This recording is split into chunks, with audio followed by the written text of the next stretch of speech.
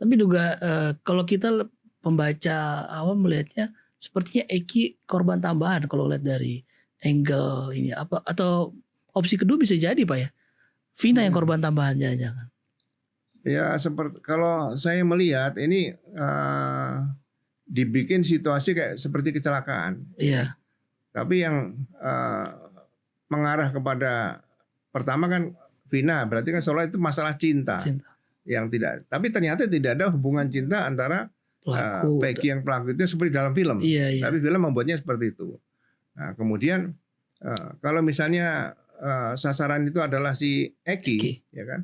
Nah Eki ini salahnya apa dari situ? Coba kalau dikaitkan dengan pekerjaan orang tua, ya kemungkinan juga mungkin ada masalah dengan pekerjaan orang tua si Eki ini. Kenapa dianiaya kemudian terlalu kelewatan penganiayaan akhirnya mengakibatkan meninggalnya si Eki.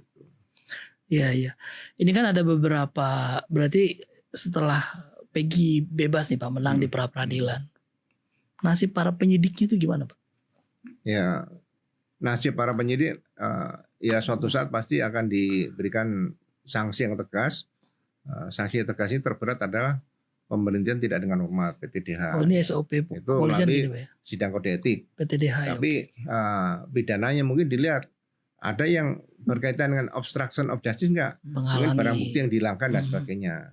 Nah, yang ketiga ya penyidik ini sementara libatkan saya dalam tim lengkap gabungan dari pusat ya, sehingga mereka bisa memberikan kenapa Anda dulu berbuat seperti ini ya. Itu lebih enak bicara bagaimana merekonstruksi kasus ini secara tuntas dulu, baru tindakan-tindakan lain yang berkaitan dengan masalah kode etik profesi. Kalau mereka sudah diproses selesai kan kasus ini hanya dibiarkan ya dalam keadaan ya seperti semula waktu setelah Peggy dibebaskan ini gitu aja.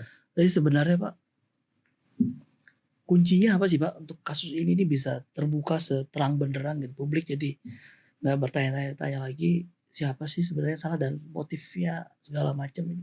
Apa Pak kuncinya? Harus dimulai dari mana nih Pak? Ya kalau saya lihat sekarang kan alat komunikasi kan sudah lebih baik, lebih bagus, lebih canggih daripada dulu nih. Sebenarnya dibongkar dari pembicaraan di BlackBerry-nya si Eki, mungkin ada BlackBerry-nya si Vina.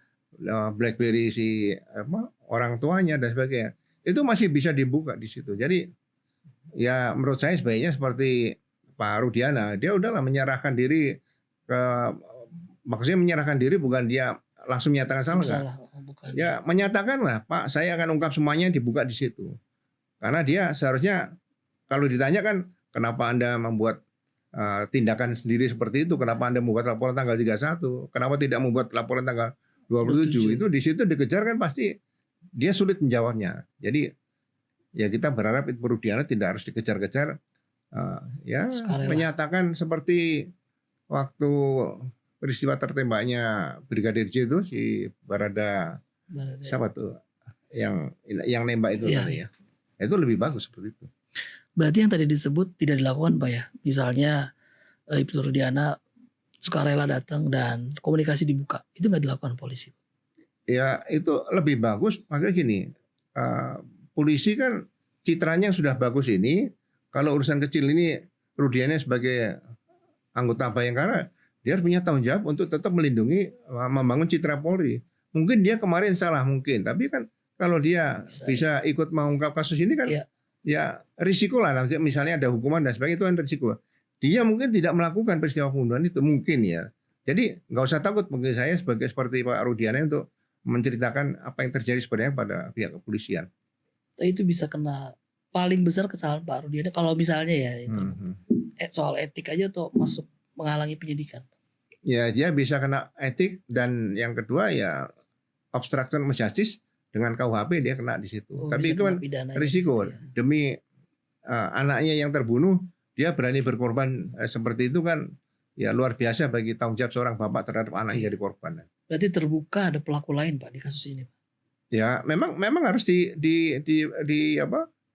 dibuka seperti itu supaya masyarakat percaya bahwa oh ini dulu mungkin ada ketidaktahuan kemungkinan ya dia berbuat seperti itu, tapi kemungkinan itu kecil loh. Dia seorang polisi pernah dinas di narkotika. Narkotika kan sudah spesialis dari tindak pidana umum nih.